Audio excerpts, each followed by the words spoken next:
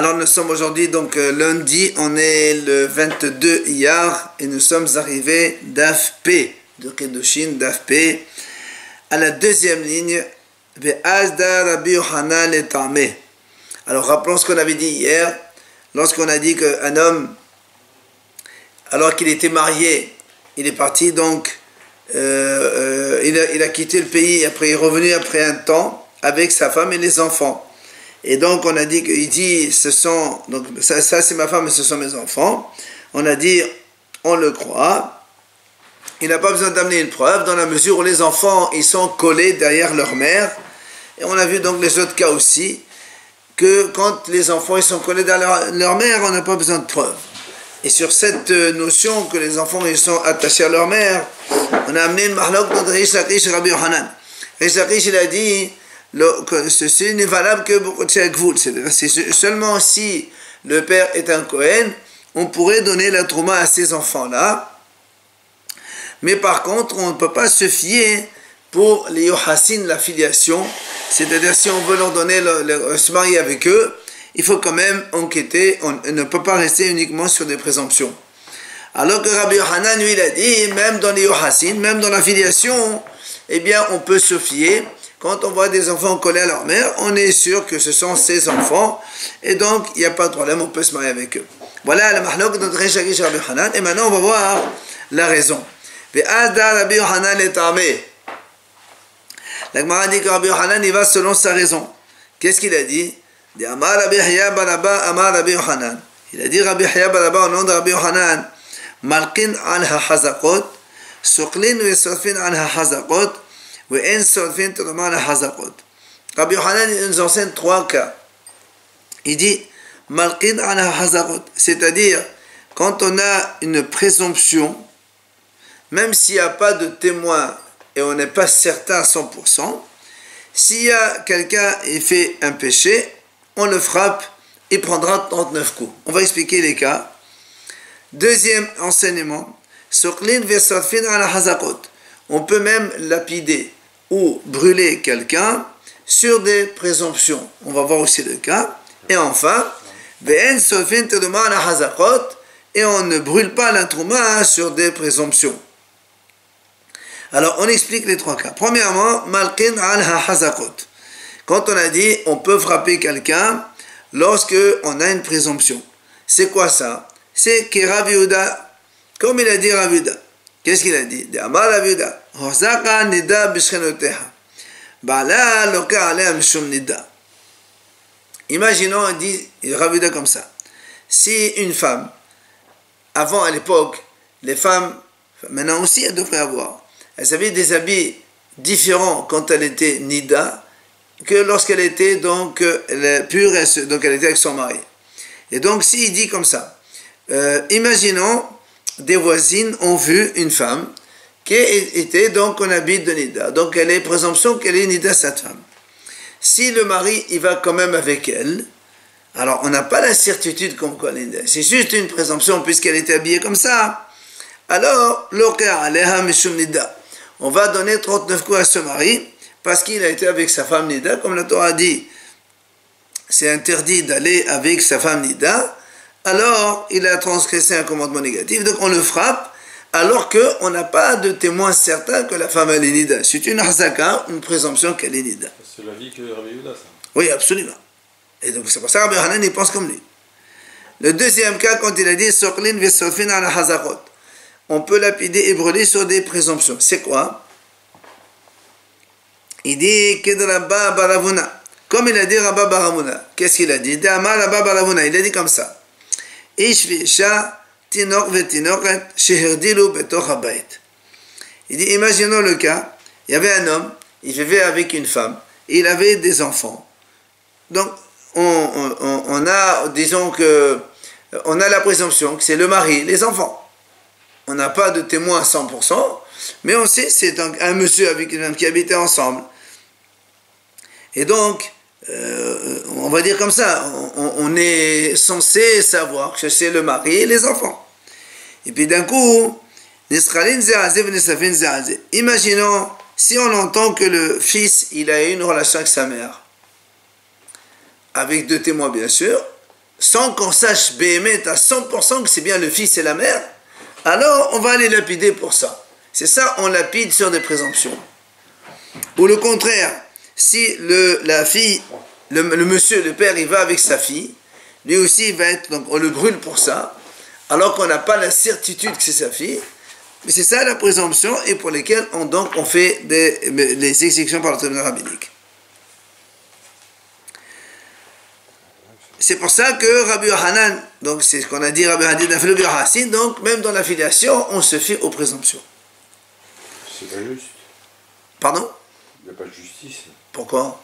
Présomption, c'est pas une preuve. Attendez, quand on a une femme, un père marié avec des enfants et qui vivent ensemble, bah c'est quand même... Non, mais le mot présomption, j'ai pas bien compris. Oui, mais c'est une présomption. Disons, le mot hazaka en hébreu, c'est pas tout à fait une présomption. C'est on va dire presque une certitude que c'est comme ça. Une certitude. Oui, mais... voilà, très bien. Alors, Amar Rabbi Shimon ben Pazi, Amar Rabbi Yoshua ben Levi Meshum bar Kapara, il a dit Rabbi Yoshua ben Pazi, Rabbi Shimon ben Pazi, au nom de Rabbi Yoshua ben Levi, au nom de bar Kapara, Maase, il y a vu comme ça une histoire justement. Bisha Shibat Yerushalayim, Vetinok Mod Kavla Haketefa.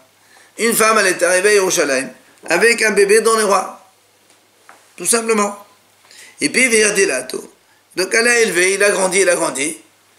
Donc, on va dire, ces présomptions ou la certitude, je ne sais pas moi qu'on voulait, que c'est son fils, puisqu'elle elle est venue avec dans les bras, elle a élevé, elle a grandi avec elle. Et voilà qu'un jour, ce garçon-là, quand il a grandi, il a une relation avec cette femme, qui est donc censée être sa mère. Et comme on n'a pas de témoins 100%, comme quoi c'était sa mère, mais on a des témoins comme quoi il a eu une relation avec elle.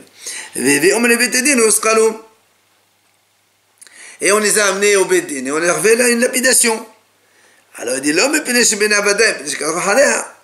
tu vois bien que c'est pas parce que c'est son fils à 100%, puisqu'on n'a pas la certitude à 100%, mais comme il était collé, attaché à elle, on a donc on a estimé que c'est son fils.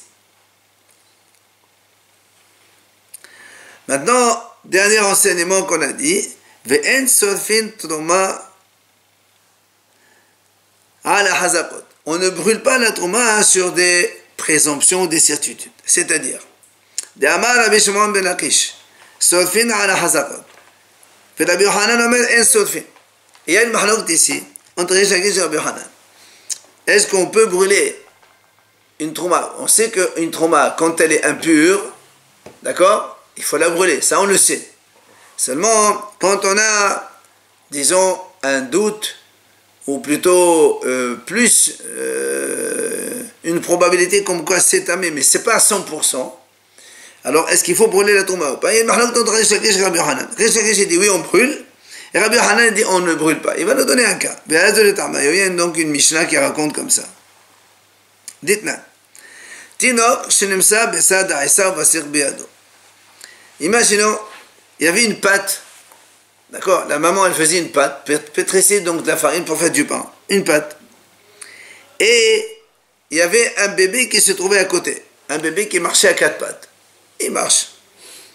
Nous on sait qu'un bébé par définition, il touche à tout. Donc s'il touche à tout, il peut toucher à, donc, avant dans les maisons il y avait des petites bestioles et tout ça. Donc il peut toucher des cadavres, des petits animaux, des petites souris, des choses, je sais pas, des cafards morts, autre chose, je sais pas. Et donc, le problème c'est que l'enfant il avait Basir Béado, il avait un morceau de pâte dans la main. Ok? Alors, la pâte, quel est son statut? Est-ce que, maintenant on a un doute, est-ce que l'enfant qui est tamé, il a touché l'enfant, on a une certitude qu'il est tamé. Il n'y a pas une 100%, il n'y a pas une deux témoins qui ont vu qu'il était tamé, mais on a une présomption qu'il est tamé. Maintenant, est-ce que l'enfant il a touché la pâte, oui ou non, alors qu'il a un morceau de pâte dans la main, d'accord? Rabbi Yohanan il dit, il a la pâte dans la main. Il a un morceau de pâte. D'accord, donc il a touché. Hein? On ne sait pas si elle est... Très bien, très bien. On va voir, il a touché, mais ça il a touché. Attends 2 secondes. Alors, qu'est-ce qui se passe? Rabbi Meir Rabbi Meir lui dit, c'est Taor, la pâte elle est Taor. Hachamim ils disent la pâte elle est tamée. Pourquoi Hachamim ils disent mais pénécher d'alcool chez le ténor le taper hein? Il dit parce que Hachamim ils disent pourquoi? Parce qu'il dit de façon habituelle un enfant il touche à tout et donc c'est sûr qu'il est tamé, c'est sûr. Enfin on va dire c'est pratiquement sûr. Alors va Avinan Bama est tamé de Rabbi Meir. Et on a posé une question. Alors pourquoi Rabbi Meir dit que la pâte elle est tahor? Si tu dis que l'enfant il touche à tout, donc c'est sûr qu'il est tamé. Alors pourquoi Rabbi Meir dit que la pâte elle est tahor? Alors voilà, il t'explique. Quand ça va, Rabbi Meir te dit comme ça. C'est vrai, Rov Tinokot Metaperin. Donc on a une majorité, on va dire 99% d'enfants, ils touchent à tout et ils sont tamés. Il y a quand même 1% au Mirot et Metaperin. Il y a 1% par exemple d'une minorité d'enfants qui ne touchent pas et qui sont tahor. D'un autre côté,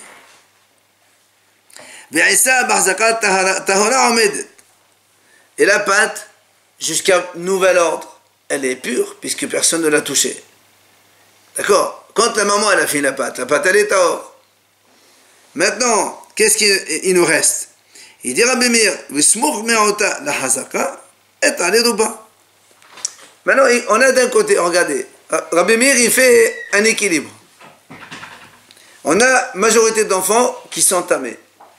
Tu as une minorité d'enfants qui ne sont pas tamés et une hazaka, une probabilité, une certitude que la pâte elle est tahor, puisque la femme quand elle a fait la pâte elle est pourtant instant tahor.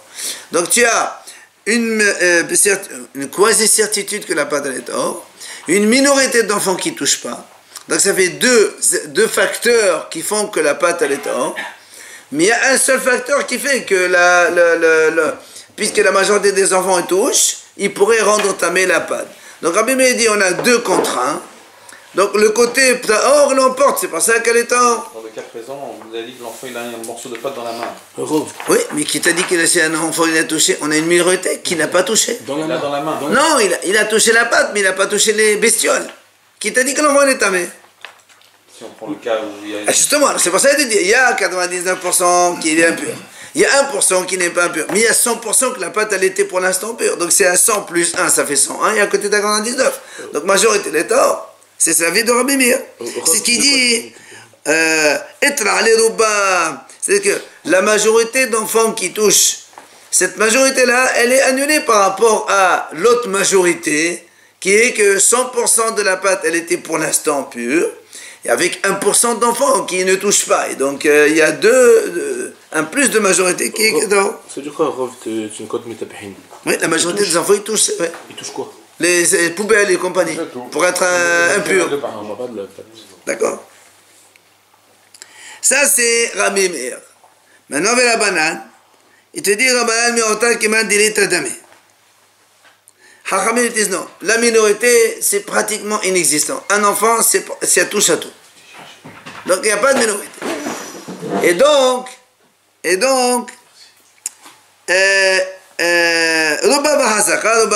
tiens, d'un côté, la majorité d'enfants qui touchent, et d'un côté, la hazaka, comme quoi la pâte elle est tahor. Alors, quand il y a une rouba et une hazaka, c'est rouba qui l'emporte, c'est pour ça qu'il est tamé.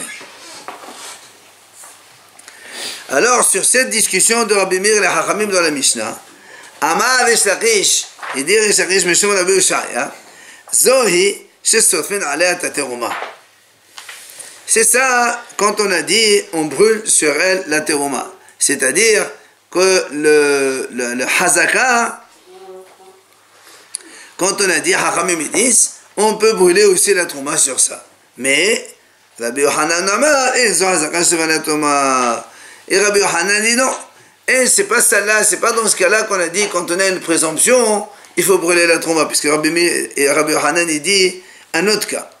Et la c'est lequel cas dans lequel Rabbi Yohanan dit quand on a une présomption, effectivement on brûle la trauma, parce que là aussi, n'oublions pas, selon Rabbi Meir, il a dit que la pâte est tahor, mais selon Hachamim que la pâte est tamée, il faut la brûler. Alors Rabbi Yohanan dit non, c'est pas ce cas-là où avec la présomption on va donc brûler la trauma. Mais sur quel cas? Il ramène un autre cas. Qui est la Mishnah dit.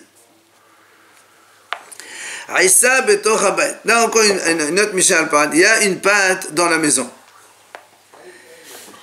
Et Et dans la maison, il y avait des petites bestioles. Et notamment, il y avait là-bas des grenouilles. Mais aussi, tsav.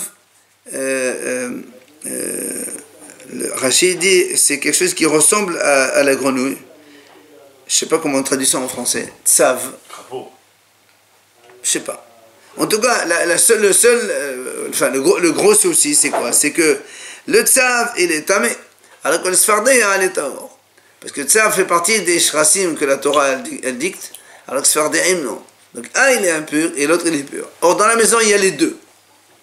Et donc, on a trouvé des morceaux de ces cadavres-là dans la pâte. Or, si c'est des cadavres de tsav, alors la pâte elle est tamée. Mais si c'est les cadavres des sfardéas, des grenouilles, c'est tahor. Dans la pâte, c'est tamé quand même. Comment? Ah non, c'est pas impur. Un tzfardéa, nevela de tzfardéa, Cette pâte, est-ce qu'on en fait la Torah l'a dit, Shmona Shrasim, il y a 8 reptiles, la Torah a dit cela, leur cadavre ils rendent impur. Le sfardéa, quand il meurt, le cadavre il n'est pas impur. Mais une bête dans une pâte, on pourra manger. Pourquoi tu peux manger? Tu l'enlèves, tu enlèves un petit bout de pâte, c'est bon, qu'il y a un problème. Je vais me baigner avec. Alors, la Mishnah dit là-bas. Donc, Imrov Shrasim, si la majorité Shrasim, donc c'est les Tzavim, alors, évidemment, la pâte elle est tamée. Maintenant, Imrov Sephardaim, si la majorité c'est des grenouilles, comme le cadavre de grenouille il ne transmet pas l'impureté, alors Théora. C'est Théor. Et donc, la Gemara ramène ici Tanya qui va dire de Rabbi Yohanan. La Braïta, elle est comme Rabbi Yohanan qui dit Shne dvarim en bahem da'at Yisrael v'asaum hachamim kima sheish bahem da'at Yisrael. Parce que rappelez-vous, on a dit que quand on a un safek, est-ce que on a un safek, est-ce que c'est tamé ou pas tamé? Est-ce qu'il y a eu contact avec la tum'a, oui ou non? Rappelez-vous, on a dit safek tum'a. Si c'est Bershut Ahid, c'est tamé. Si c'est Bershut Arabim, c'est tahor. Quand on a un doute, est-ce que ça a touché ou pas touché? On a dit comme ça. Mais d'un autre côté, on a dit aussi un autre élément qui intervient, c'est ce qu'on a dit Yesh Bodat Yisrael. Ça veut dire quand est-ce que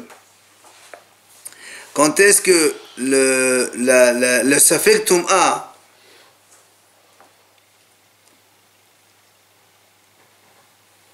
le safek tum'a dans Bershut Ahid il est tamé, c'est quand Yesh Da'at Yisrael. C'est-à-dire on peut poser la question à quelqu'un pour savoir oui ou non. Mais si on ne peut jamais poser la question, dans ces cas-là, il n'y a pas de tum'a. C'est pour ça qu'il dit ici, il y a une braïta qui dit comme ça, il y a deux choses. Tu ne peux pas poser de question. Et donc, normalement, ça devrait être pur. Seulement, les hachamim, ils ont considéré ça comme si que on peut poser la question.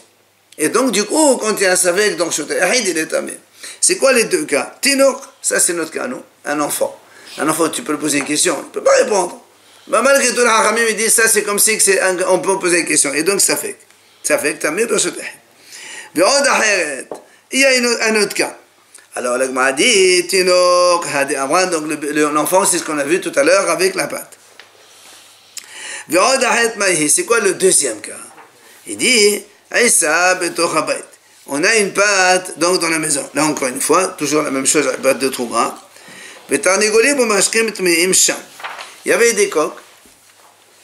Et il y avait aussi imaginons une bassine avec de l'eau. Mais l'eau, elle était impure. Maintenant,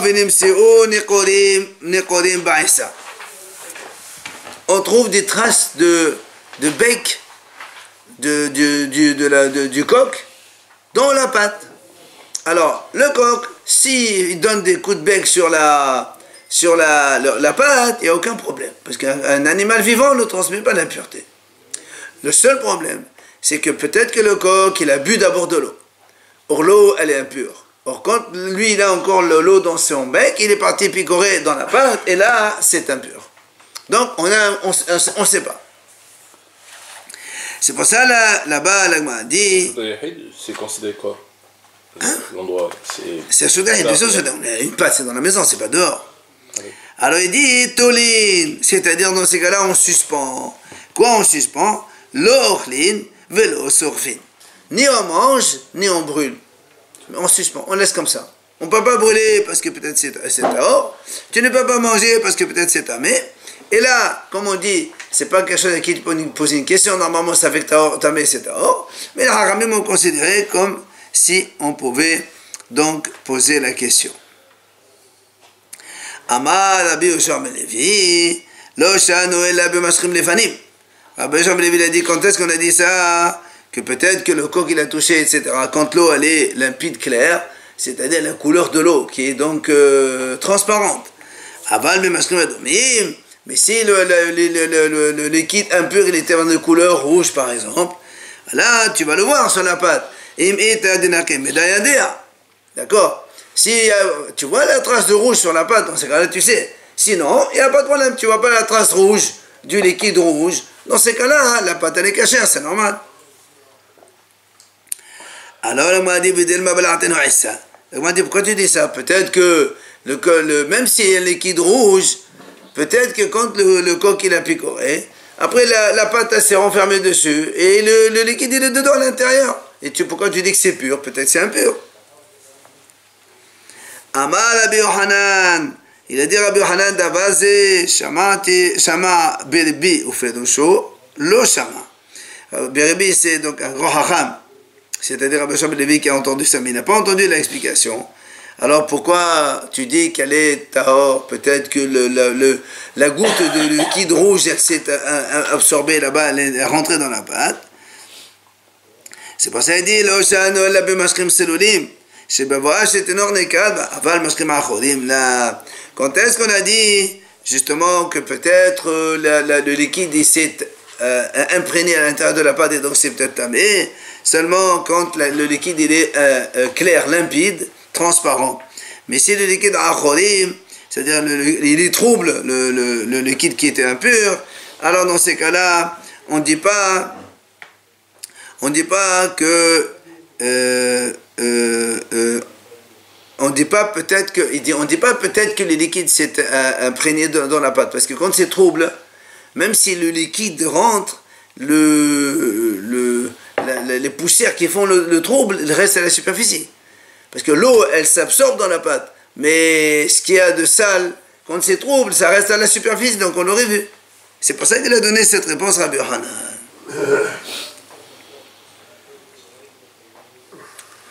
Alors maintenant on va passer donc à autre chose, en continuité donc de Kedushin. Matetin la Mishnah a dit Lo yitahed adam im sheten nashim. Un homme n'a pas le droit de s'isoler avec deux femmes. Alors c'est sûr, avec une femme on le sait que c'est assourd, mais même avec deux femmes aussi, on n'a pas le droit de s'enfermer dans une pièce. Rashi dit parce qu'il peut faire la faute avec les deux femmes. Les femmes, elles peuvent se faire séduire toutes les deux, et donc c'est pour ça que c'est assourd. Aval, mais Isha ahat mityahedet aim shene anashim. Mais une femme, elle peut s'isoler avec deux hommes. C'est permis. Ce que dit la Mishnah pour l'instant. Rabbi Shimon Omer, Av ish echad mityahedet aim shene anashim bezman sheshto aimo. Il dit même un homme, il peut être isolé avec deux autres femmes dans la mesure où sa femme elle est avec lui. Donc là, il n'y a pas de crainte puisqu'il y a la femme et... Si il y a sa femme, même avec une autre femme? Oui, c'est ce que c'est pour ça qu'on dit. Dans la femme... Pourquoi il dit deux femmes? Oui, ça veut dire que même deux femmes, quand tout à l'heure on a dit un homme n'a pas le droit de s'isoler avec deux femmes, mais s'il y a sa femme avec, il n'y a aucun souci. Il dit, il peut même dormir avec eux dans une même auberge. Il n'y a pas de crainte vu que sa femme elle est avec lui. Donc évidemment, elle le garde de la faute. Après la Mishnah dit, un homme, un père, il peut s'isoler avec sa fille dans une maison seule, ou un monsieur avec sa mère dans une maison seule. Ils peuvent même dormir dans un même lit, mais seulement quand les enfants ils sont encore petits. Ici, ils ont grandi, les enfants, aussi bien le garçon avec sa mère ou la fille avec son père. Ils peuvent dormir dans le même lit, mais chacun avec son drap et sa couverture, donc séparément. À partir de quel âge? À partir de quel âge? On dit à partir du moment, je crois que Rachid a dit... dès le moment où ils savent que il y a un petit peu, c'est gênant, quoi. C'est gênant de rester physiquement en contact. Gmara dit, quelle est la raison pourquoi on a dit dans la Mishnah qu'un homme ne peut pas s'isoler avec deux femmes?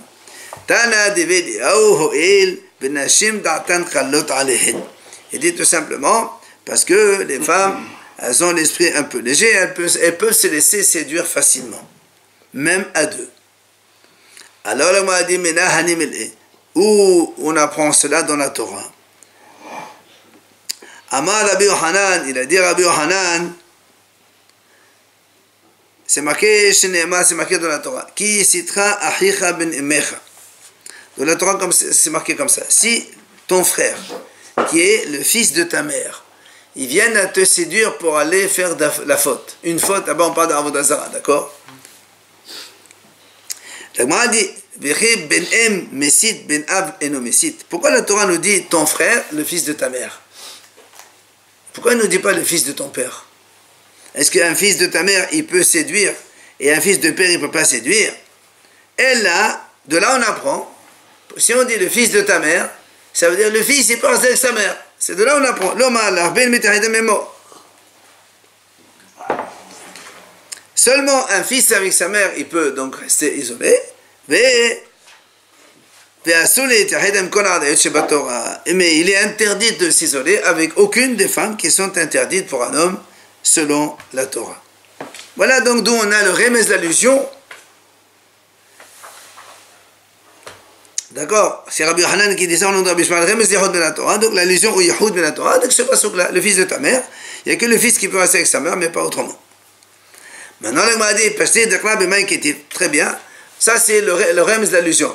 Mais de quoi il parle vraiment ce pasuk quand on dit le fils de ta mère, il va te séduire? Alors, la Gemara dit comme ça. Amal Abaye dit comme ça. En fait, la Torah ici, elle te enseigne deux enseignements. C'est quoi? L'homme Abaya ben Av, Desanele, Viaïs et Asotraot. Elle a fait le ben M de la Sanele, Masaïtele, Kamashmala.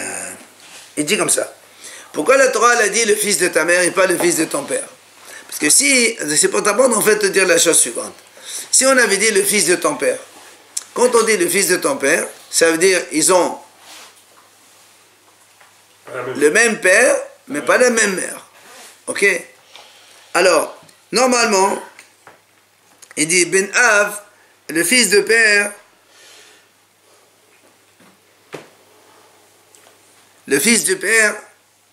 en général, enfin, on va dire comme ça, comme ils sont de deux mères différentes, ils ne s'aiment pas trop. Pourquoi? Parce que chacun il dit il va me prendre une part de l'héritage. Alors il dit non seulement le fils de père que normalement il le déteste, et donc si un des enfants il veut donner un conseil à l'autre, il ne va pas l'écouter de toute façon parce qu'il sait qu'il veut son mal. Non seulement ça, j'ai pas besoin de te le dire, mais même Ben M, le fils de ta mère, qui est donc ton frère de mère, que normalement on est trop proche, que normalement il ne le déteste pas, j'aurais pu penser, ça a été laid. J'aurais pu penser, quand il vient me donner un bon conseil, je vais aller l'écouter. Alors il te dit attention, quand il te donne un conseil d'aller faire un Avodah Zara ou autre, il ne faut pas l'écouter, parce que ça c'est un mauvais conseil. Maintenant, la Gemara dit, est-ce qu'on va dire que notre Mishnah n'est pas comme Abba Shaul? Notre Mishnah, quand on a dit qu'un homme a sourd de s'isoler avec deux femmes, elle n'est pas comme Abba Shaul. Pourquoi elle n'est pas comme Abba Shaul? Parce que d'Itania, on a vu dans une braïta, Kol Shiloshim Yom, Yosef Behek Vinakvad Be'Shahat Ushne Nashim. Abal, Lo Be'Shahat Ushne Nashim. Abba Shaul Omer, La Be'Shahat Ushne Nashim. La braïta dit là-bas, si un enfant il meurt avant les 30 jours de sa naissance, on ne fait pas un vrai enterrement. On l'amène, il dit comme ça, on l'emmène, on enterre, une femme, deux hommes, ils vont là-bas au cimetière et l'enterrent, ça suffit. D'accord? Mais la Braïta a dit, mais pas un homme avec deux femmes. Parce que s'ils marchent dans la route, un homme avec deux femmes, ils peuvent s'isoler, c'est pas bien. Si c'est femme. Non, on ne parle pas de sa femme. La femme vient d'accoucher, elle ne va pas partir là-bas. Abba Shaul dit non, même avec un homme et deux femmes, on peut le faire aussi. Donc tu vois bien que selon Abba Shaul, un homme, il peut s'isoler avec deux femmes. Et nous, dans la Mishnah, on a dit, un homme, il ne peut pas s'isoler avec deux femmes. Donc la Mishnah n'est pas comme Abba Shaul. Alors il te répond non, Afelotema Abba Shaul, bien sûr, la Mishnah peut être aussi comme Abba Shaul. Bishat Aninut, t'avais dit ça. Abba Shaul, il dit de façon générale, un homme n'a pas le droit de se avec deux femmes. Mais là, on est en train d'enterrer quelqu'un. Qu'est-ce qu'ils vont penser à l'affaire Avera? On est. Hein? Le Yitzhara, il est brisé quand on est dans un moment pareil. Et vers la banane, alors les Hachamim, pourquoi ils disent donc alors même ça, c'est assourd? Pourquoi les Hachamim disent même pour aller à l'enterrement, on n'a pas le droit d'essouser avec deux femmes? Mais la banane, ça veut dire que Rabbi Yitzhak. Eux, ils pensent comme Rabbi Yitzhak, c'est-à-dire, Rabbi Yitzhak, il a dit comme ça. Le pasuk, il dit, Ma'it onen adam hay gevan al hata'av. Qu'est-ce qu'un homme se lamente sur ses fautes? C'est-à-dire, afilu bishat aninoto. Le mot itonen, ça veut dire aussi se lamenter, se plaindre ou se lamenter, justement la lamentation quand quelqu'un il meurt. Bishat aninoto, chez la dame, même quand il est dans cette situation, il peut être fort. Donc même dans des cas pareils, dans des situations d'enterrement, il peut amener l'homme à la faute. C'est pour ça que les Haramim, eux, disent, non, un homme avec deux femmes, non, c'est deux femmes avec un homme, d'accord. Alors, l'Agma dit, Abba Shaul, alors comment il explique ce passage, puisque lui, il a dit, on a le droit. Il dit là-bas, on parle dans le cas où c'est quelqu'un qui se plaint, en fait, c'est pas, il se plaint sur, c'est-à-dire qu'il se plaint comment Hachem il a fait de telles choses pour lui. Qu'est-ce qu'un homme va se plaindre contre les épreuves que Hachem lui envoie? C'est-à-dire comment est-ce qu'il a vraiment dominé ses fautes? D'ailleurs, ça suffit la vie que je lui ai donnée. Maintenant, vers la banane, Hachamim, comment ils expliquent cette idée-là? Il dit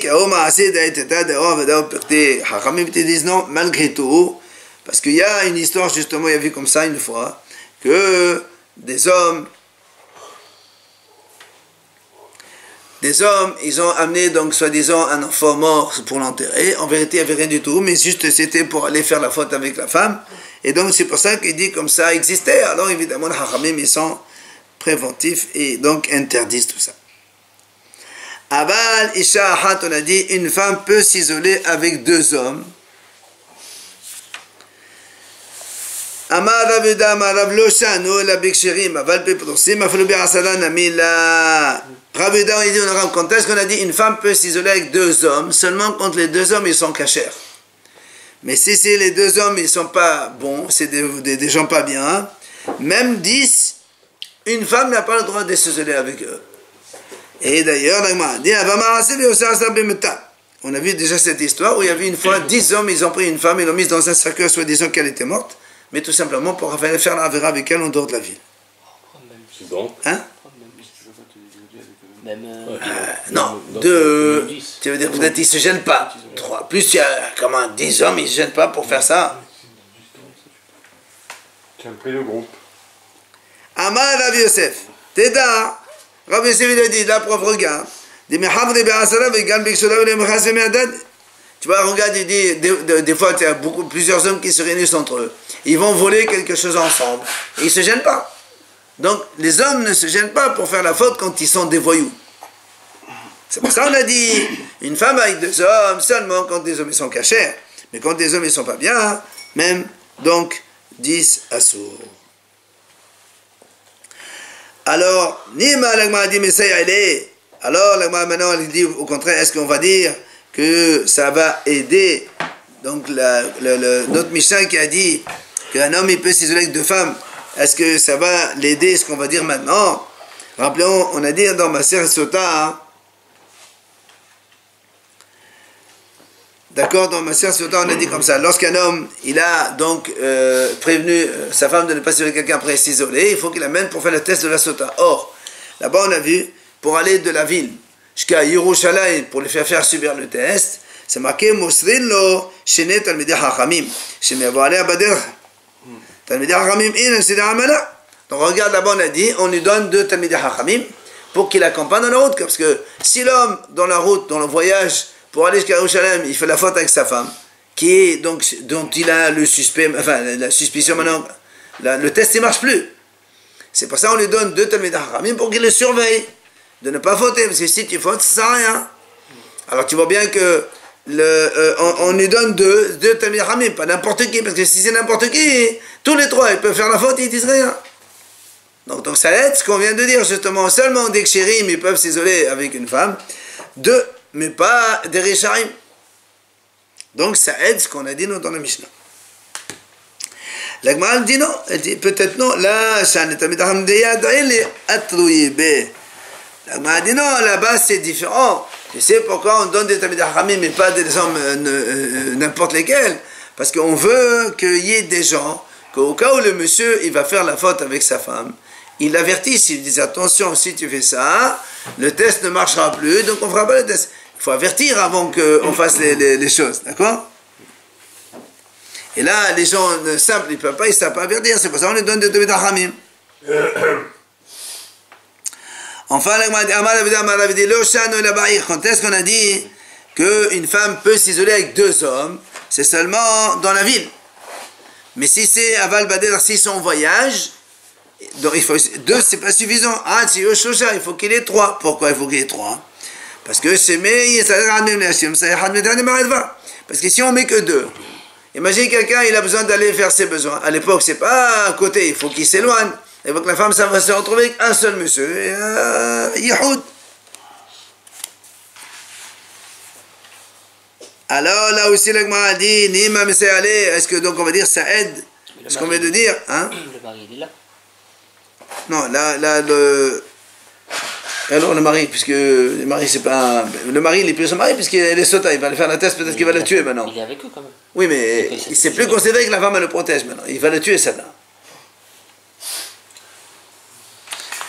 Nima Messayale, Muslim, le Shinat Talmidei Chachamim, Shemei Avo Aleh Bederech Tri Ve'ehu Behatlata. Là, dit, là aussi, on peut dire que notre enseignement tout à l'heure, comme quoi le mari, quand il va avec sa femme pour lui faire la thèse de sota, on a dit, on leur donne deux personnes, deux hommes. Ça, deux hommes plus le monsieur, le trois. Donc c'est bien, dans la route, il faut trois et pas deux. Là, on dit non, Hatam Kichi Dene Wale Sahde. Là, dit là aussi, là-bas, je peux te dire que là-bas, si on a voulu deux de plus, parce que les deux, il faut qu'ils soient deux témoins, parce qu'avec si on envoie un seul, il ne peut pas témoigner. Pour faire un avertissement à quelqu'un, il faut deux. Donc là-bas, ce n'est pas une preuve, ce n'est pas un appui pour nous. L'enseignement, il est valable que dans la route, il faut trois, mais il n'y a pas un appui du cas de la femme sota. D'accord? On va pas rencontrer ici.